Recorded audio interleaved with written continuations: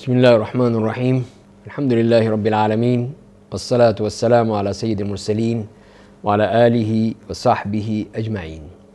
آج ہم قرآن کریم کے 26ویں پارے کے مضامین کے بارے میں بات کریں گے، اور اس میں سب سے پہلی جو صورت ہے سورۃ الاحقاف، اور اس کے ہم 10 پیراگراف میں تقسیم کر سکتے ہیں۔ اس کا جو مختصر خلاصہ ہے وہ آپ کے سامنے پیش کرتے ہیں، جس میں پہلی 3 آیات میں العزیز الحکیم اللہ تعالیٰ کے اسماء کا ذکر کرتے ہوئے تنزیل، تخلیق کائنات اور قیامت کے مقصد کو بیان کیا گیا ہے، اور دوسرے پیراگراف میں آیت نمبر 4 سے لے کر 6 تک مشرکین مکہ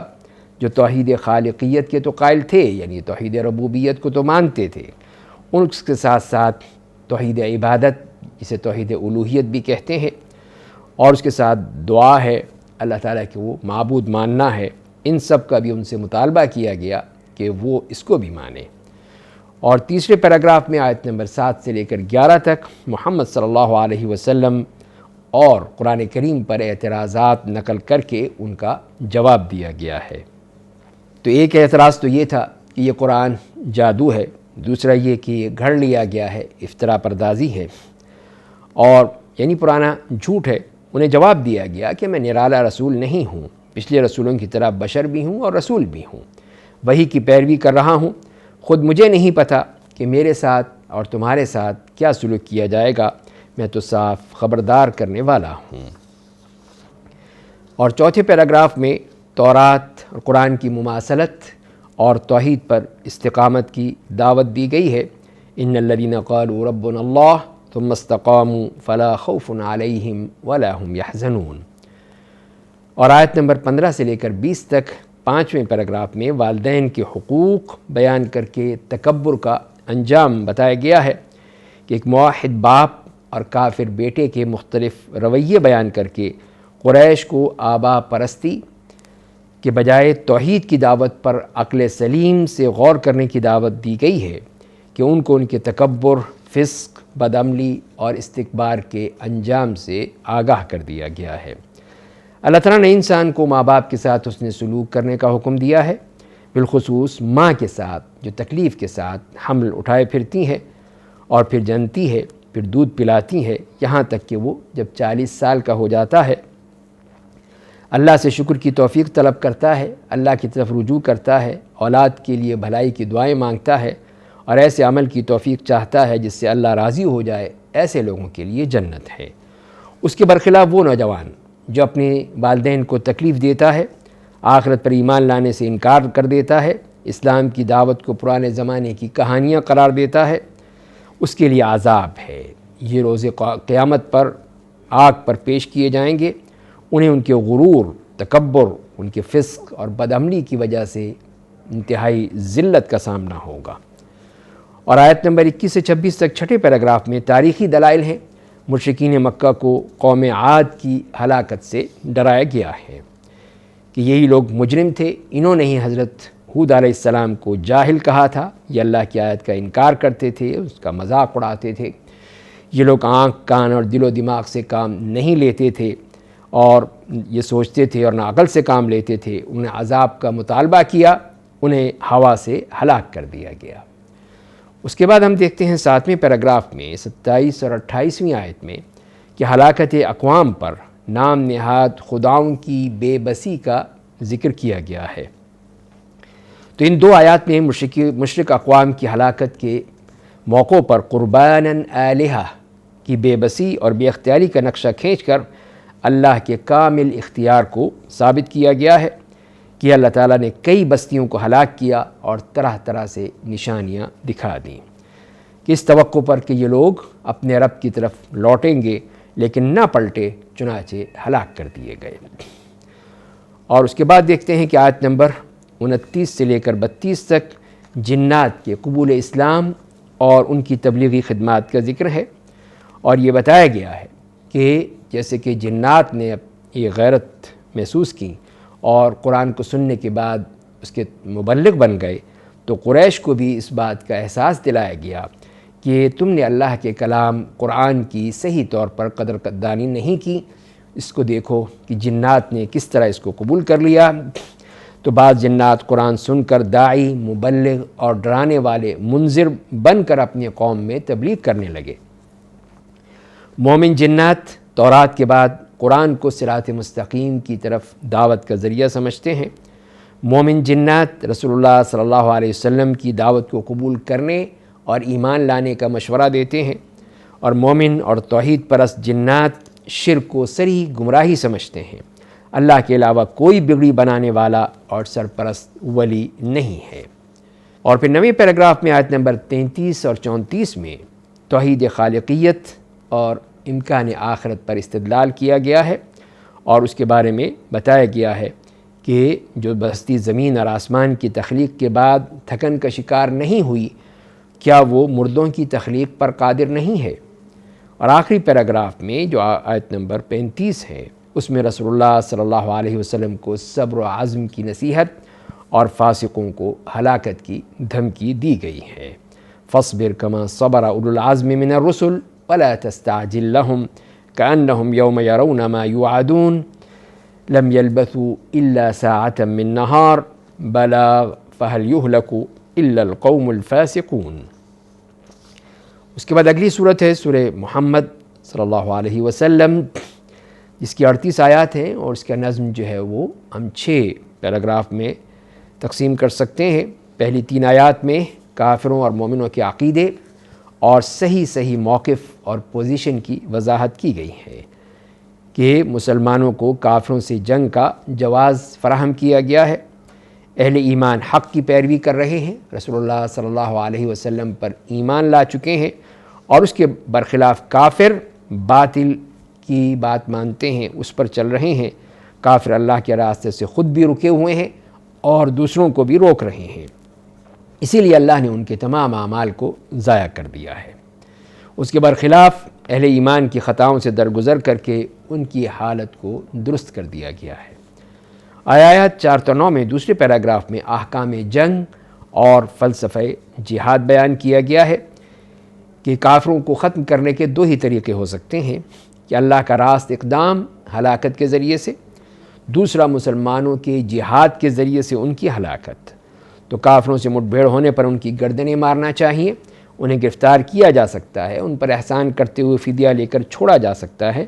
اگر اللہ چاہتا تو خود ان سے انتقام لے لیتا، لیکن وہ بعض لوگوں کو بعض لوگوں سے آزمانا چاہتا ہے، اور اللہ کی راہ میں شہید ہونے والوں کے اعمال ہرگز ضائع نہیں کیے جائیں گے، وہ جنت میں داخل ہوں گے۔ اگر اہل ایمان اللہ کی مدد کریں گے تو اللہ بھی ان کی مدد کرے گا اور ان کے قدم جما دے گا۔ اس کے برخلاف کافروں نے چونکہ اللہ کے نازل کردہ وحی کی پر ناگواری کا اظہار کیا ہے، اس لیے ان کے اعمال غارت کر دیے جائیں گے۔ اور تیسرے پیراگراف میں یہ بتایا گیا کہ مومن مجاہدین کا مولا سرپرست صرف اللہ ہے، اور وہی ان کے تمام اعمال کا ان کو ہدایت دیتا ہے، ان کو صحیح راستے پر چلانے پر قادر ہے۔ ترغیب جہاد دی گئی، جنت کی 4 نہروں کا ذکر کیا گیا،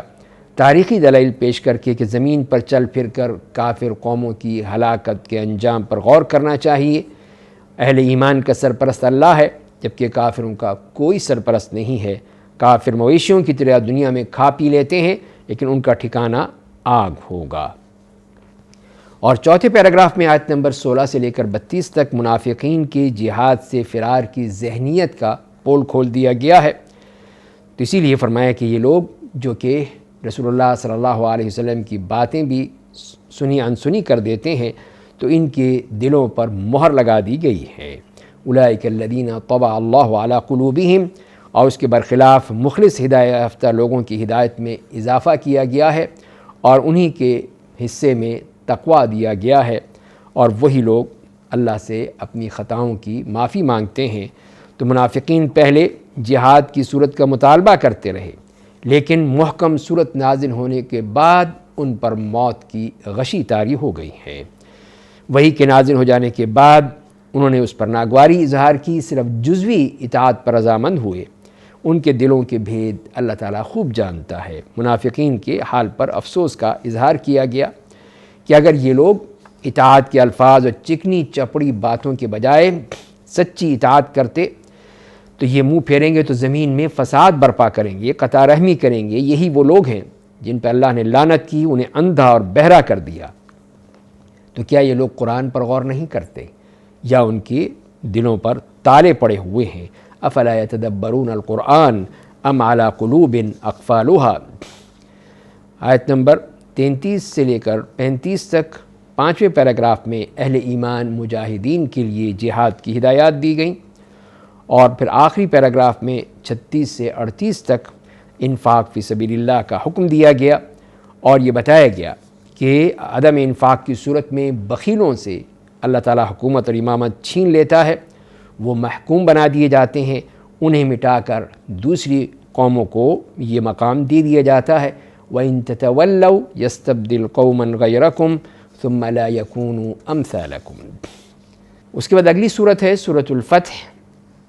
اور اس کو بھی ہم مضامین کے لحاظ سے 5 حصوں میں تقسیم کر سکتے ہیں،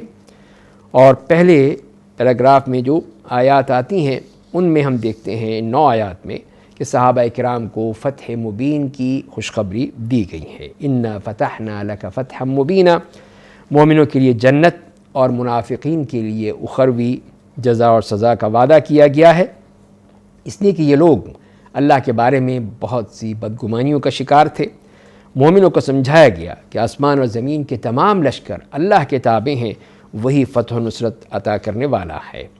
آیات 8 تا 10 میں نبی کریم صلی اللہ علیہ وسلم کے مقام کا تذکرہ کیا گیا، اور یہ بتایا گیا کہ آپ منصب شہادت و انذار و تبشیر پر فائز ہیں۔ اِنَّا أَرْسَلْنَاكَ شَاهِدًا وَمُبَشِّرًا وَنَذِيرًا، اور جن لوگوں نے نبی کریم صلی اللہ علیہ وسلم کے ہاتھ پر بیعت رضوان کی تھی، انہوں نے جیسے کہ اللہ سے بیعت کی ہے، اور ان کے بارے میں بتا دیا گیا کہ ان کے ہاتھوں کے اوپر اللہ کا ہاتھ ہے، ید اللہ فوق ایدیہم۔ آیات 11 سے 17 تک منافقین کو تنبیہ کی گئی کہ وہ منافقت چھوڑ دیں، مخلص بنیں، عذاب سے بچیں، جہاد میں حصہ لیں، اور مستقبل کا نقشہ دکھایا گیا کہ انہیں ایک طاقتور قوم کے خلاف لڑنے کی دعوت دی جائے گی،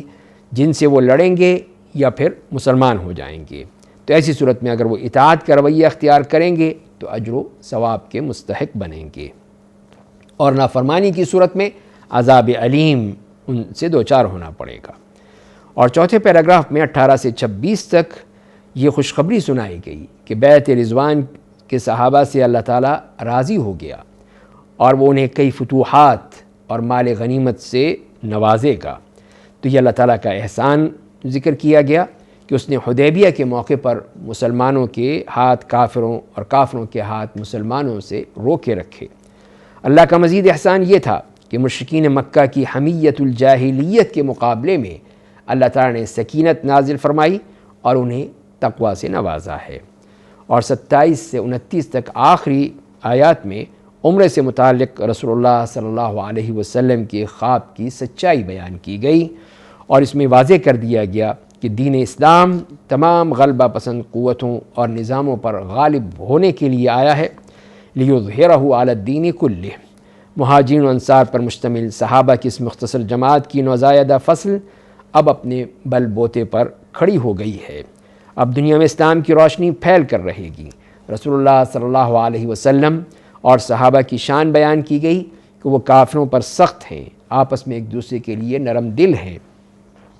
رکوع اور سجود کا اہتمام کرتے ہیں، اللہ کے فضل اور اس کے رضوان کے حصول کے متلاشی ہیں۔ ایمان اور عمل صالحہ کے نتیجے میں مغفرت اور اجر عظیم کی بشارت دی گئی۔ اس کے بعد اگلی صورت کی طرف آتے ہیں، اور اگلی صورت جو ہم دیکھتے ہیں کہ وہ ہے سورہ حجرات، اور سورہ حجرات کو بھی ہم 5 حصوں میں تقسیم کر سکتے ہیں کہ پہلی ہی آیت میں اللہ اور اس کے رسول صلی اللہ علیہ وسلم سے پیش قدمی کرنے کی ممانعت کر دی گئی کہ لا تقدموا بین یدی اللہ ورسولہ۔ تو یہ ایک آئینی اور دستوری شق ہے، وہی یا قرآن و سنت کے خلاف نہ تو کہ قانون سازی کی جا سکتی ہے، اور نہ ہی کسی غیر نبی کو، چاہے وہ صحابی ہو، تابعی ہو، تبع تابعی ہو، فقہ کا امام ہو، مفتی ہو، یا عالم دین ہو، یا کسی عدالت کا جج ہو، اس کو یہ حق حاصل نہیں ہے کہ وہ قرآن و سنت کے خلاف رائے دے، اور نہ کسی کو یہ حق ہے کہ وہ اللہ اور اس کے اور رسول پر کسی غیر نبی کو ترجیح دے۔ قرآن و سنت کی اطاعت مطلق ہے، غیر مشروط ہے، جبکہ غیر نبی کی اطاعت قرآن و سنت سے مشروط اور مقید ہے۔ آیات 2 اور سے لے کر 5 تک دوسرے پیراگراف میں رسول اللہ صلی اللہ علیہ وسلم کے حقوق بیان کیے گئے کہ رسول اللہ صلی اللہ علیہ وسلم کے سامنے نہ تو آواز بلند کی جا سکتی ہے اور نہ انہیں ایک عام انسان کی طرح بلایا جا سکتا ہے۔ آیت نمبر 6 سے 13 تک مسلمانوں کے جو باہمی حقوق ہیں ان کا تذکرہ کیا گیا کہ مسلمان کسی فاسق کی خبر پر بلا تحقیق اعتماد نہ کریں، مسلمانوں کے باہمی قتال کی صورت میں خاموش تماشائی بننے کے بجائے عدل و انصاف سے مصالحت اور فیصلہ کرنا چاہیے، اور مسلمان جو آپس میں بھائی بھائی ہیں ان کے باہمی تعلقات کو درست کرنا اور درست رکھنا ضروری ہے۔ ایک دوسرے کا مذاق اڑانے، لان تان کر کے عیب لگانے، برے القاب سے پکارنے، بدگمانی کرنے اور ٹوہ میں لگنے، تجسس کرنے اور ایک دوسرے کی غیبت کرنے سے منع کر دیا گیا۔ ساری دنیا کے انسانوں کو خطاب کر کے انہیں یہ حقیقت بتائی گئی کہ اللہ نے خاندان اور قبائل باہمی تعارف کے لیے بنائے ہیں۔ اللہ کے نزدیک نسب اور خاندان کی اہمیت نہیں ہے بلکہ تقوی اور پرہیزگاری کی اہمیت ہے۔ اور آیات 14 اور 15 میں اسلام اور ایمان کا فرق واضح کر دیا گیا، اور آیات نمبر 16 سے لے کر آخر تک منافقین کو خالص ایمان اختیار کرنے کی ہدایت کی گئی کہ وہ یہ اپنی اس قسم کی جتنی بھی سازشیں ہیں، مکر و فریب ہے، اس کو چھوڑ کر خالص ایمان قبول کر لیں، اسی میں ان کی نجات ہے۔ اس کے بعد ہم اگلی سورت کی طرف چلتے ہیں اس پارے میں، اور وہ ہے سورہ قاف۔ سورہ قاف کو بھی اس کے مضامین کے لحاظ سے 8 پیراگراف میں تقسیم کیا جا سکتا ہے۔ تو پہلی 5 آیات میں مشرکین مکہ کے امکان آخرت کے بارے میں شکوک و شبہات پر مشتمل اعتراضات کا جواب دیا گیا ہے۔ پہلا اعتراض تو یہ تھا کہ رسول خود قریش کے اندر کا انسان کیوں ہے؟ دوسرا اعتراض آخرت کے بارے میں تھا کہ مرنے کے بعد دوبارہ جی اٹھنا بعید از عقل ہے۔ اس کا جواب اللہ تعالیٰ کی صفت علم سے دیا گیا کہ وہ لاشوں میں ہونے والی کمی کا بھی علم رکھتا ہے۔ مشرکین مکہ کی ضد اور ہٹ دھرمی پر روشنی ڈالی گئی کہ دلائل پر مبنی حق آ جانے کے باوجود وہ تشکیک آمیز سوالات کرتے ہیں اور اس طرح تکذیب کر رہے ہیں۔ دوسرے پیراگراف میں آیت نمبر 6 سے لے کر 11 تک امکان آخرت کے دلائل فراہم کیے گئے، اور آیات 12 سے 14 تک تیسرے پیراگراف میں 8 قوموں کی تکذیب کے جرم میں ہلاکت کا ذکر ہے، اور یہ قومیں ہیں قوم نوح، اصحاب الرس، قوم سمود، قوم عاد، فرعون، قوم لوط، اصحاب الایکہ اور قوم تبع۔ اور چوتھے پیراگراف میں آیت نمبر 15 میں آخرت کے لیے عقلی دلیل پیش کی گئی کہ جو اللہ پہلی تخلیق سے عاجز نہ تھا، پہلی تخلیق کی پوری قدرت رکھتا تھا، تو دوسری تخلیق پر قادر کیوں نہیں ہو سکتا، اور پھر دوسری تخلیق کے بارے میں یہ شکوک و شبہات کیوں پیدا ہوتے ہیں۔ آیت نمبر 16 سے لے کر 30 تک 5ویں پیراگراف میں عالم نزاع، موت اور دوزخ کا نقشہ کھینچ کر اسلام دشمن مشرکین و کافرین کو دوزخ کے عذاب سے ڈرایا گیا ہے۔ اور چھٹے پیراگراف میں 31 سے 35 تک قلب منیب رکھنے والے متقین اور خاشعین کے لیے جنت میں اجر و ثواب کا وعدہ کیا گیا ہے اور اس کی تفصیل بیان کی گئی ہے۔ اور آیت نمبر 36 سے 38 تک 7ویں پیراگراف میں تاریخ ہلاکت اور قدرت تخلیق سے ہر اس شخص کو عبرت حاصل کرنے کی نصیحت کی گئی ہے جو دل اور کان رکھتا ہو۔ اور آخری پیراگراف میں رسول اللہ صلی اللہ علیہ وسلم کو الزامات اور اذیت رسانیوں پر صبر اور نماز کی تلقین کی گئی ہے، اور یہ تسلی دے کر یہ بات سمجھائی گئی ہے کہ دعوت کو جبری طور پر مسلط نہیں کیا جا سکتا، اور آخر میں قرآن کے ذریعے سے تذکیر جاری رکھنے کا حکم دیا گیا ہے، فَذَكِّرْ بِالْقُرْآنِ مَنْ يَخَافُ وَعِيدٍ۔ تو یہاں یہ 26واں پارہ مکمل ہوتا ہے۔ اس میں 27ویں پارے سے پہلے سورہ زاریات جو اس میں بیان کی گئی ہے اس کا ایک رکوع ہے، اور اس کے بعد پھر 27واں پارہ شروع ہو جاتا ہے جس کو ہم اگلے پروگرام میں پیش کریں گے۔ یہاں پر یہ 26واں پارہ مکمل ہوا۔ اللہ تعالی ہمیں قرآن کو پڑھنے، سمجھنے اور عمل کرنے کی توفیق عطا فرمائے۔ وآخر دعوانا ان الحمد للہ رب العالمین۔